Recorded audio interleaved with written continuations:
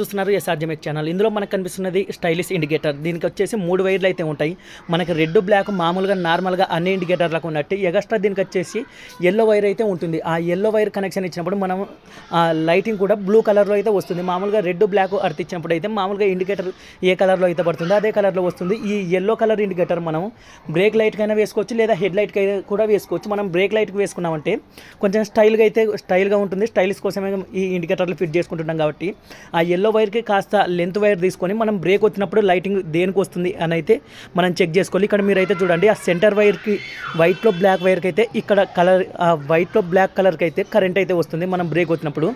దానికి మనం yellow wire connection ఇచ్చామంటే మనకి సింపుల్గా బ్రేక్ వచ్చినప్పుడు ఆ ఇండికేటర్ అయితే స్టైల్గా పడతాయి. చాలామంది అయితే ఆ ఎల్లో వైర్ అయితే ఫిట్ చేస్తుంటారు, ఎందుకు లేదింది ఎందుకు వచ్చిందో తెలియదు అనే ఉద్దేశంతో. ఇప్పుడైతే మీరు చూడండి, మనం బ్రేక్ వచ్చినప్పుడు బాగా స్టైల్గా అయితే ఆ ఇండికేటర్లు కనిపిస్తాయి. ఆ ఎల్లో వైర్ ఎప్పుడైనా కూడా బ్రేక్ లైట్కి అయితే ఇచ్చేయండి ఫ్రెండ్స్.